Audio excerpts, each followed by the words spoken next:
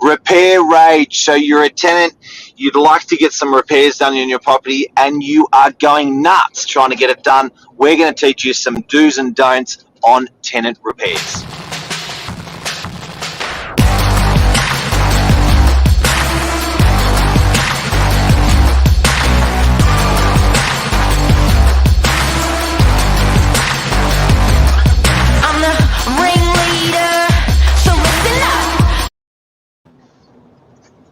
Good morning. Ladies. Good morning. How are you, Mark? Yeah, good, thanks. You boys, the young guns. Sam and Charlie. Very well. Yeah, we're good. Swap the Christmas hats. Yeah, I know. Don't know if you picked up on it, Mark. No, I didn't. No, not long to go. Exactly. No, but today we'll be talking about tenant repairs. You know, it's a big one when it comes to that property, your investment property. A lot of tenants don't know what their responsibilities are, neither do landlords. You know, it is a tricky subject. Yeah, exactly. Something breaks. It's probably the biggest frustration. I think with that the property management would have would be, tenant rage on a repair. Exactly, and especially seeing from Sunday's disasters, it's really unfortunate what's happened. You couldn't make it up, but what we can do as a business to help people and let them know is really important as well, just to keep everyone in the loop. Exactly. Just before Christmas, everyone wants his works done. Today we'll be talking, me and Sam, just in regards to the best way to have this actioned with a real estate agent. Now, some people, the way they go about it might be less effective, might be more effective. We've got a few tips and tricks in regards to having it done as soon as possible, making sure you're in your home, safe and secure for Christmas. Yeah. All right, so you guys are in this exact section of the business, which is rentals. You're dealing with tenants every day. Each of you work under a senior manager, which manages 500 properties each. So you've got 500 odd properties that you're each doing. Honest question, probably a tough one. Think about the most disappointed, most upset tenant that you've had ever. What did that look like? And then I want to unpack that a little bit as to what that tenant can do differently in the future. And it's sometimes it's not particularly the landlord or the agent or the tenant. There's just some communication there. So can you give us an example, Sam or Charlie, of a tenant that was just really, really on the bad side? Yeah, no problem. So I've had, there hasn't been a lot, but it does happen, as you say. I've had a tenant, he was explaining to me how he's been trying to get in contact, with the agent in regards to some repairs in the property. I think Strata were also involved. So a lot of parties were involved with the whole process. And, with that being, what happened is he was saying to me that, I've been trying to contact this person and then this person. And then I'm taking a step back and looking at it like, there should be one clear line of contact. In regards to repairs, it is very important. That's a big one. Contact, just so everyone's on the same page. And then you have one specific person or agent that's overlooking everything and organizing and liaising everything. It is very, very important. Okay, because as a tenant, as soon as someone picks up that phone, you just want to vomit the problem out and leave it in that person's hand. But I think as a tenant, finding the most senior person and the person that will be responsible for talking to the landlord is important, and maintaining that line of contact. Because often what happens, and look, a lot of dispute resolution that I've had over the years in business, it's from exactly what you've just said. So that's definitely tip number one. Make sure you're keeping the line of contact up with one person in the real estate office. Make sure it's the right person in the real estate office that's talking to the landlord. And often between a agent and a landlord, same thing as well. You don't want to talk to your brother-in-law husband, wife, and uncle all about the repair, that same repair. You want to have that one line of communication on your side of things. So that will definitely reduce a bucket load of frustration. Definitely. So having someone you know on a first name basis, who you've got your phone or their phone number saved in your phone, you can ring up and say, listen, this is what happened. This is what I'd like to happen. Your agent can then inform you of stuff like who's responsible, who would be like, I guess, subject to maybe paying for something broken in the property. Now, most tenants don't know this. There's some factors that they are responsible for. There's some factors that strata will be responsible for, and there's some factors that the landlord will be responsible for. And it kind of just filters in wherever I guess fits. Yeah, wherever fits. Yeah. It's, you don't feel scared to ask your agent, your property manager, who's responsible for what. You know, we're here for a reason. We're here to help you and help explain things. You know, we are the professionals. Like, we're more than happy to help where it can be. So don't feel threatened or to ask. Pick up the phone and just ask, hey, look, this has happened. Would you be able to help me? Who's responsible? How can we get things done? Because that is the most common issue. Okay. Something you just brought up, I think, is very, very important, guys. Tenants out there, when you're getting a repair done, when you identify who is responsible, that is so important, because when there's you're one removed. The problem with what we're doing here is, once a landlord does approve, we haven't even spoken about our landlord not approving, which is the most frustrating part. But if the landlord does approve the works to be done, the plumber, the electrician, the whoever is doing the work, you can, this is a shortcut. You can ask for their number. You can ask for their number.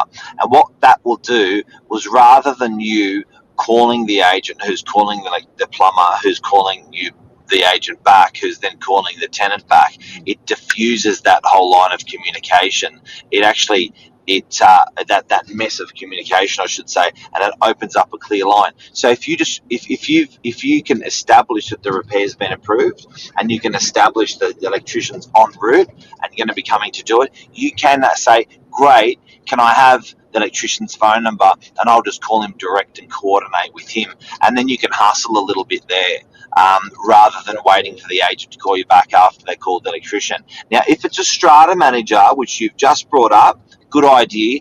You can also call the strata manager as a tenant and say, I'm living in this property, I know it's a strata repair, and I just wanted to see what's happening. It also makes you check that the agent's behaving as well, and that the agent has contacted the electrician, has contacted the strata person effectively. Exactly. That's very important, what you've just said. But another thing as well is, as soon as that maintenance occurs, you notify your agent ASAP. Yeah. So the best thing I like to say to tenants is, pick up the phone, give them a quick call up, just let them know what's happened. If it is urgent, let them know. You know, if it's urgent, we'll do our part to organise that plumber to come in, or organise that electrician to attend. But just pick up the phone to your agent, and then what we will typically say to the tenant is, look, can you please send me a quick email, just so that we've got it in writing what the issue is, and also attach some photos, just so that we have a better idea of how to go about it. Yeah, definitely the best step. When we have to then go back and liaise with plumbers, we have to tell them what's going on.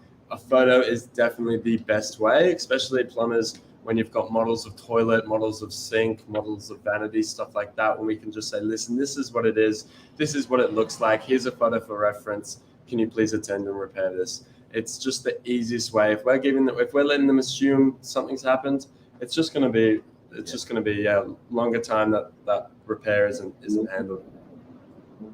So tenant rage, another form of tenant rage, is the landlord says they're not going to repair it. Yeah. Well, what are the rights there? Yeah, look, it's a bit tricky. Some things need to be attended to. We've just had a property with a burst water boiler. So the property's got no hot water whatsoever. And it's a bit of a tricky situation. And there are some circumstances, such as the boiler, where they need to be fixed. They don't really have a choice. You cannot have you cannot have a tenant legally living in a property without hot water. So regardless of whether the landlord is 100% on board or not, it does need to be addressed. Now, there are certain circumstances with this, but I think in regards to fair trading, in regards to our advice, it falls quite well under like what is fair. So obviously, it doesn't let the tenant go on a shopping spree and redo their entire unit. Of the property. Yeah, they go, oh, that's a tiny discrepancy we have here. Can we have it changed? In some circumstances that isn't urgent, that's how they accepted the property, and they might just have to live with that. However, some emergency things does need to be addressed as soon as possible, regardless of the landlord decision. So I want to talk a sec about tenants breaking stuff. So a landlord says, look, that's a shopping spree. I don't want to fix that money. I don't have them. I don't want to fix that repair. I don't have the money. If it's an essential service, the landlord's going to get nailed. If it's not an essential service, but it is a repair that needs to be done, maybe a sliding door that's a shocker. I guess past that point, it goes to dispute resolution, where a tenant may choose to take that into a tribunal environment and have that tested in a tribunal. But the tenants certainly do have rights. Landlords certainly do have rights. But I think you're right in what you're saying. It's just got to be a level of fairness, doesn't it? You know what I mean? Like there's got to be like what's fair, what's not fair, what's reasonable. Well, all tenant and landlord responsibilities are posted on fair trading, and you said this the other week, Mark. You said it great. It's called fair trading for a reason. It's fair. It gives everyone the I guess necessities, and then has that room for people to move. Absolutely. All right, so guys, before we sign out on Tenant Rage, the do's and don'ts, can we summarise on what we definitely give us stacks of photos, make sure it's in writing. Yeah. Agents love that. Definitely keep the line of communication up between find that right person in the real estate office and keep communicating with that same person. Don't keep telling your story to every single person in the office and it'll sending it into a tailspin. Just speak with one person, nail that one person, get the answers for that one person. Number 3, we've often the repairs are not going to be executed by the real estate agent themselves with their own hands.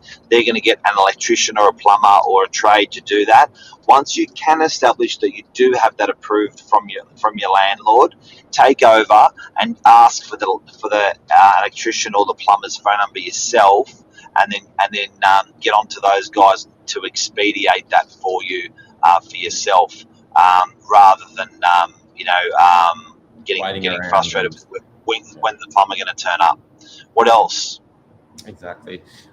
You've basically summed it all up, Mark. Important just keeping that line of contact, knowing what you can and can't repair. If you have any questions, feel free to ask your agent. Just send them a quick email, even give them a call, SMS, and also just knowing what's, basically what I just said, what you can and can't do. If it's strata, if it's tenant, if it's landlord, just ask the question. Doesn't hurt. But you've summed it up really. And where it really falls down, I reckon, in here is just good old-fashioned communication, and a lot of the stuff that we've spoken about today. So a lot of it is just tenants feel unheard. A lot of it is landlords don't understand exactly what works need to be done to make a balanced decision. And sometimes these repairs may be agreed to, but over a longer period of time. So you go, look, we're going to do it, but the landlord's low on the cash. How about we put a maintenance program in place over the next 12 months? It may be like the repair of a back fence or something on a house, and the landlord doesn't have 10, 12 grand to chip into that fence. He goes, okay, well, look, I will do it. I'll do part this year and part next year, or you may put that over a longer period, but it just comes down to communication. Yeah, definitely so. Definitely. If no parties are left in the dark, then I guess no one's really unhappy. If everyone's updated, everyone knows where some stuff stands. Some maintenance processes can be quite long drawn, like receiving quotes and I guess fitting a time in with the tradesman. They can be quite long drawn, and unfortunately, there's nothing us as the agent can do about it. However, when the agent isn't communicating, when we don't have that clear line of communication, tenants just think they've just been forgotten about. They think, they think that Left in the dark. yeah, left in the dark. They just think we've moved on, started doing another job, and just completely forgotten about them, and that's quite disheartening. So, like you said, clear line of communication. Everyone, I guess, aware of what's going on. You can't really go wrong. Yeah. Cool. And that clear line of communication's all the way around.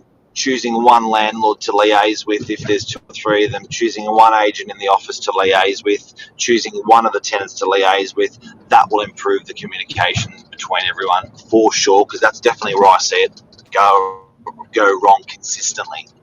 Yeah, exactly. So easy. Thanks for chatting with us this morning, Mark. Wonderful. Hopefully we help Merry people out there. It's a big topic. Merry Christmas. Thanks, guys. We won't see you till next Christmas. After Christmas. No, after Christmas. So, it's going to be, it's one that's Saturday. So we're a public holiday, I think, Monday, Tuesday. I believe so, yeah. I think, Saturday, Monday, Tuesday. So, yeah. Giddy up. Merry Christmas. Merry Christmas. Thanks, guys. See you guys. Cheers.